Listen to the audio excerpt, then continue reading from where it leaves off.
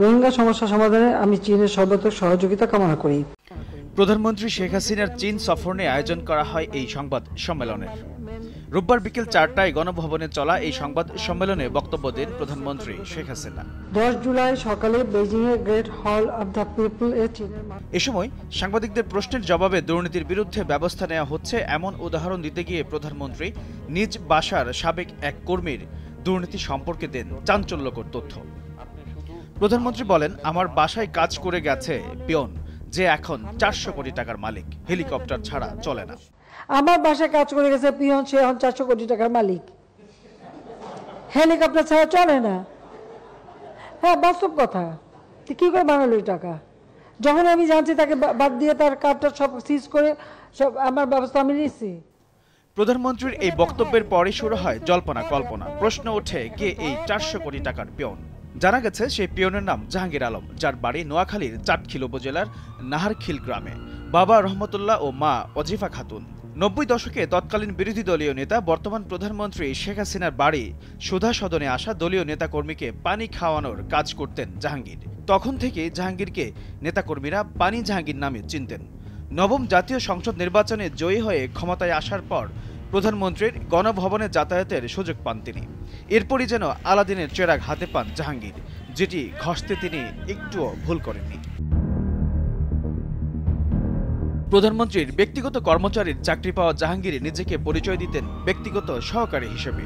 এই পরিচয়ে করতেন বিভিন্ন তদবির বাণিজ্য, এমনকি ক্ষমতার দাপট দেখাতে শুরু করেন দলীয় নেতাকর্মীদের কাছেও।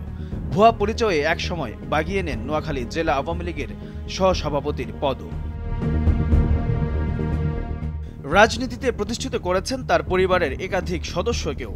জাহাঙ্গীর আলমের ভাই দীর্ঘদিন ধরে খিলপাড়া ইউপি চেয়ারম্যান, তার ভাগিনা মাকসুদুর রহমান শিপন জেলা পরিষদের সদস্য ও প্যানেল চেয়ারম্যান। দুটি পদই জাহাঙ্গীরের ক্ষমতার জোরে বাগিয়ে নেন বলে একাধিক দলীয় সূত্রে জানা গেছে। জাহাঙ্গীরের দাপটে তাদের বিরুদ্ধে কেউ নির্বাচনে পর্যন্ত দাঁড়ায়নি। এলাকায় এসে চলতেন পুলিশ প্রটোকল নিয়ে। উনি কালো গাড়ি নিয়ে আসে, সাদা গাড়ি নিয়ে আসে, সবসময় পুলিশ থাকে। বিভিন্ন অনুষ্ঠানে নিজেকে প্রধানমন্ত্রীর অত্যন্ত বিশ্বস্ত হিসেবে তুলে ধরতেন, আর সাধারণ জনগণ তা বিশ্বাস করতেন। জাহাঙ্গীর জাতীয় সংসদ নির্বাচন করতেও চেয়েছিলেন। এলাকাবাসী জানান, একসময় তাদের পরিবার ছিল খুবই দরিদ্র। বর্তমানে জাহাঙ্গীর আলম অঢেল সম্পদ ও টাকার মালিক। এই সবই হয়েছে প্রধানমন্ত্রীর ব্যক্তিগত সহকারী পরিচয়। প্রধানমন্ত্রীর সাথে দেখা করার জন্য অনেক মন্ত্রী বা দলীয় নেতা তার দ্বারস্থ হতেন বলে তিনি বলতেন।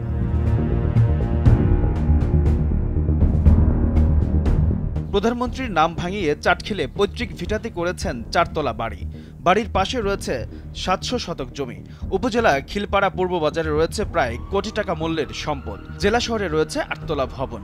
প্রধানমন্ত্রীর ব্যক্তিগত সহকারী পরিচয় দিয়ে নানা তদবির করে কোটি কোটি টাকা কামিয়েছেন তিনি।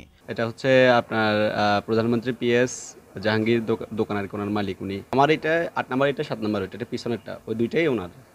এটা 7-8 তলা বিল্ডিংটা হয়েছে প্রধানমন্ত্রী শেখ হাসিনার পিউজের। উনি মাঝে মধ্যে আসে, সবাইকে দান সৎকার করে। নোয়াখালী ও ঢাকায় গড়ে তুলেছেন বিপুল সম্পদ। সঙ্গী নিয়ে ঘুরতেন লাইসেন্স করা পিস্তল।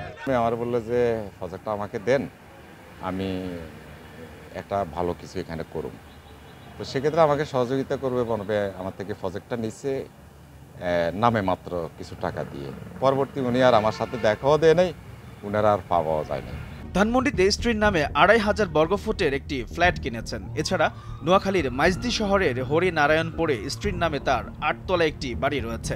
যাতায়াতের জন্য হেলিকপ্টার ব্যবহার করতেন তিনি। এই খামার জানি যে জাহাঙ্গীর সাহেবের। দেখাশোনা কি করে আমি সেও জানি না, কারণ আমি ভিতরে ঢুকিনি কখনো, কারণ এখানে ঢুকবে ইয়ে দেয় না।